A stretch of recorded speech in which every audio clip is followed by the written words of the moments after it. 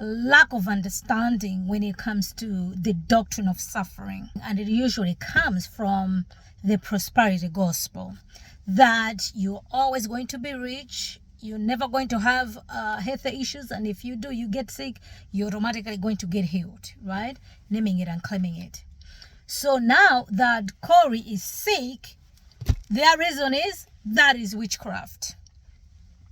That is a generation curse, because Corey's grandson seemed to be having similar symptoms that's happening to Corey. And they've concluded that Corey's grandson is suffering as a generation curse. Honestly, guys, honestly, no. That is not true. That is a lie. That's another gospel.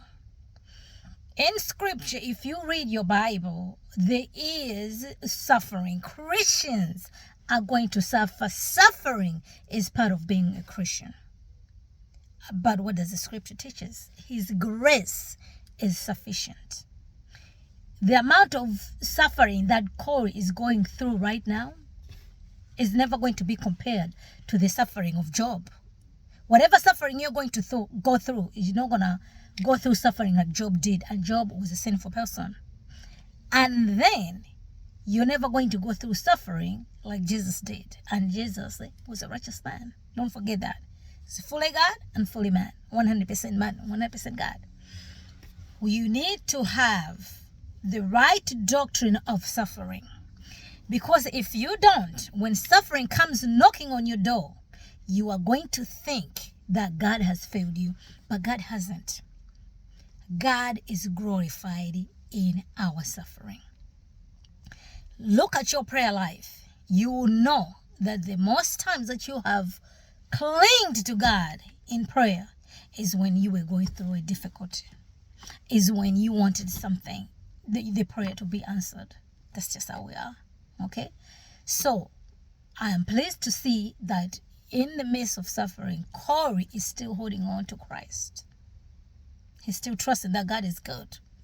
And God is still good with the healing or without healing. Our prayer, we are to bring our prayers, our requests. We are to make our requests known before God. And we are trusting and believing that He is more than able to heal. Look at the 4 Hebrew boys. They trusted that God is able to save them. But even if He doesn't, they will not bow to King Nebuchadnezzar. You understand? So this is the posture that we need to have. Pray for healing.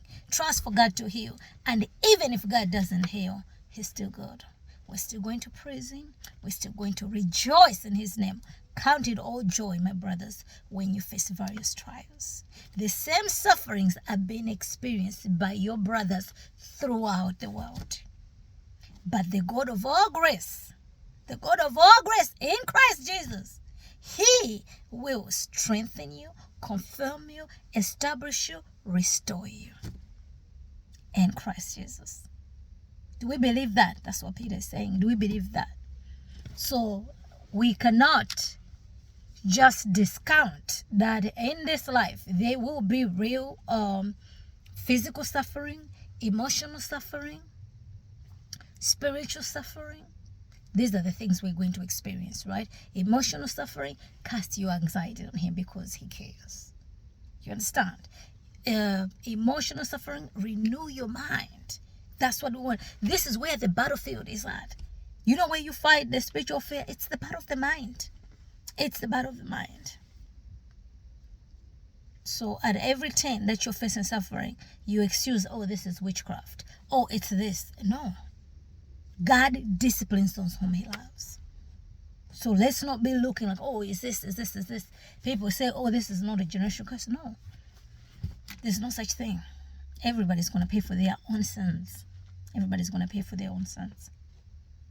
So these are the things that we have to remember, right? God is God.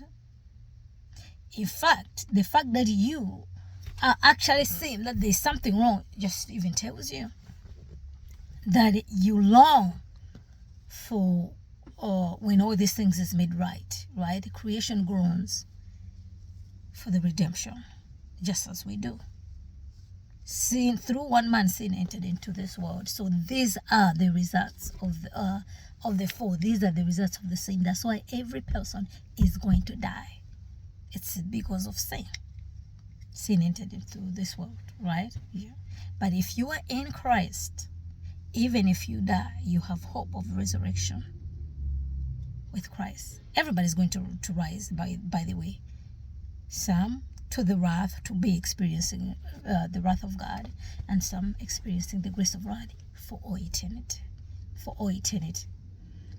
So it's unfortunate that most Christians do not see, understand that in this world, whether you are a Christian or not, you are going to face trials and tribulation. And you do well for you to have that understanding now. Because if you don't have that grasp now, while you are alive and while you're breathing, while everything else is going well, you're not going to have it when you're bedridden, when all these things are happening, because you're going to be looking for answers in the wrong places. And I fear your faith is going to fail you, because your faith is not rooted in Christ, who himself also suffered, by the way. That's why it says, he was tempted as we are, yet without sin, right? He sympathizes. He knows what you're going through when you're going through your trials and your suffering.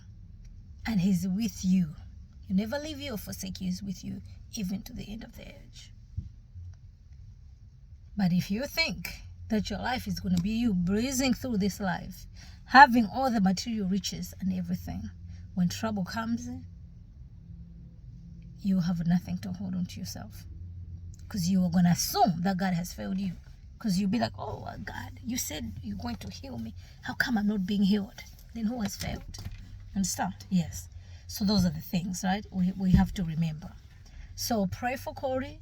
And our prayer, we are trusting 100% in God, that God is able to heal Corey. And we're praying for that healing. We are praying for healing for Corey's son. That is our prayer with a clear conscience, knowing that we bring in their prayers boldly before the throne of grace.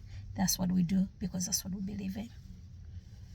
So do not be discouraged by, in fact, even the people, pray for your enemies, right? So if Corey is your enemy, pray for him, because you're commanded to pray for your enemies.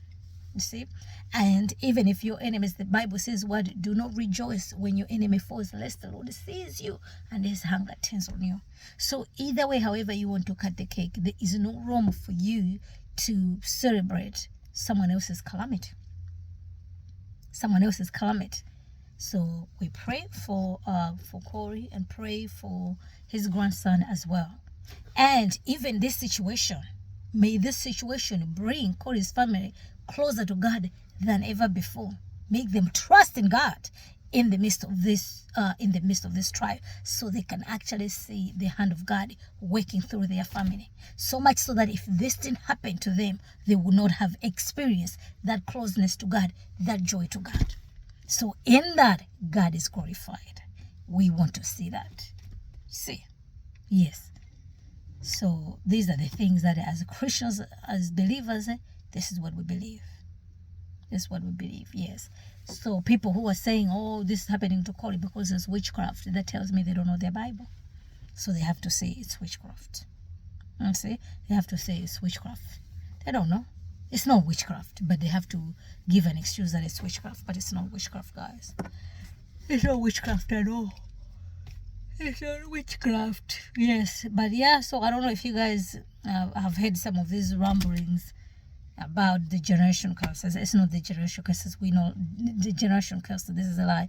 You're not going to find anywhere that in the New Testament, right? If you are in Christ, he took the curse upon himself, what? To save us. So there's no such thing as a generation curse. If anything, you need to speak which generation curse. How do you know which parent did whatever? I don't even want to go to that issue, because it's just not true. The Bible doesn't teach about that. In fact, most people who promote this generation, guys, check their doctrine. They're full of false doctrine and false teachings. But yeah, all in all, yes, it was good to see Corey, because we were wondering what was happening. So at least he made that video to update everybody He's absolutely struggling, especially with his breath and his strength. So pray for him. Pray that the doctors are going to have wisdom to find out what exactly is wrong, and he'll be able to get the treatment that he needs. Pray for wisdom for the doctors. Pray that everything will go well. Don't pray for healing. Want to be able to see him so he can bring out and testify. All these prayers that have gone before God. Yes, the prayer of righteous men avails much. And so those are things that we want to see. All right, guys, I'll leave it there. We just decided to do a car edition. Let me know, you guys, what you think about this whole thing. Do you think that Corey is going through this because of witchcraft? I don't think so. I don't think so. But why do you think people are saying that? Do you understand? Do you believe that there is a category of suffering for Christians, for believers? The doctrine of suffering. Suffering is part of being a Christian. All who desire to live godly life will be persecuted, while evil imposters go on with their lives. Right? The scripture says as much. God is still good. There's evil in this world. You know there's evil. You know this is evil. Why? Because you have a measurement of what is good. And how do you know that this is good? On what basis do you know that this is good? It's because of God. Because God is the moral giver. God is the standard to measure this is evil and this is good. And how does suffering bring glory to God? That is the question you need to be asking. And how does it look like when you are holding on to Christ, when you are still trusting God despite everything else that is going on with you? Read the book of Job. Read the book of Job. Remember what happened to Job? And when it's all said and done, Job decided he's going to bring it to God. God says, dress up for action and be a man. And God asked Job 64 questions, and Job could not answer. At the end, he put his hand on his mouth, and he regretted for opening a mouth to begin with. And you know what he said? God is the one who gives, and is the one who takes away. But blessed be the name of the Lord. You see, when God started asking, where were you when I laid the foundation? Where were you when I told the oceans this far and no more? God is sovereign over everything, even the evil. He meant it for evil. God meant it for God. Ask Joseph. Right? But all those things for those who are called by God and are called according to his purpose. We might not see the whole picture now, but when it's all said and done, that's why even scripture says, even those who don't believe him, even those who pierce will see him, and every knee is going to bow and confess that Jesus Christ is Lord according to the glory of God the Father. But you're going to bow that knee. Either way, you're going to glory, and other people are going to watch to hell for eternity. But they are going to acknowledge that, oh yes, Jesus is who he said he is. The demons, they know him, by the way, right? They know who he is, but they're still demons. So yes, so to me, my encouragement is Christians, use this and then examine yourself in your life. If this was you, how would you be handling it? If this was your family, how would you be handling it in terms of your relationship with God? How would it look like? How would it look like? And somebody comes to you, what is the response that are you going to give? And somebody say, why is this happening to Corey? What answer will you give? A biblical answer that's grounded in scripture and biblical truth, not in all these other things that people are saying. You see, we do live in a fallen world. Sinful things are going to happen to people. Evil things are going to happen to people. But we do not take heed. He has overcome the world, right? Prices and charge, and suffering, in good times as well as in bad times. God is glorified because his grace is sufficient. Alright guys, let me know what you guys will think. I said I was leaving, but now I'm actually leaving. I'm in the car, it's getting hot. Stay tuned, more coming this week. Thank you.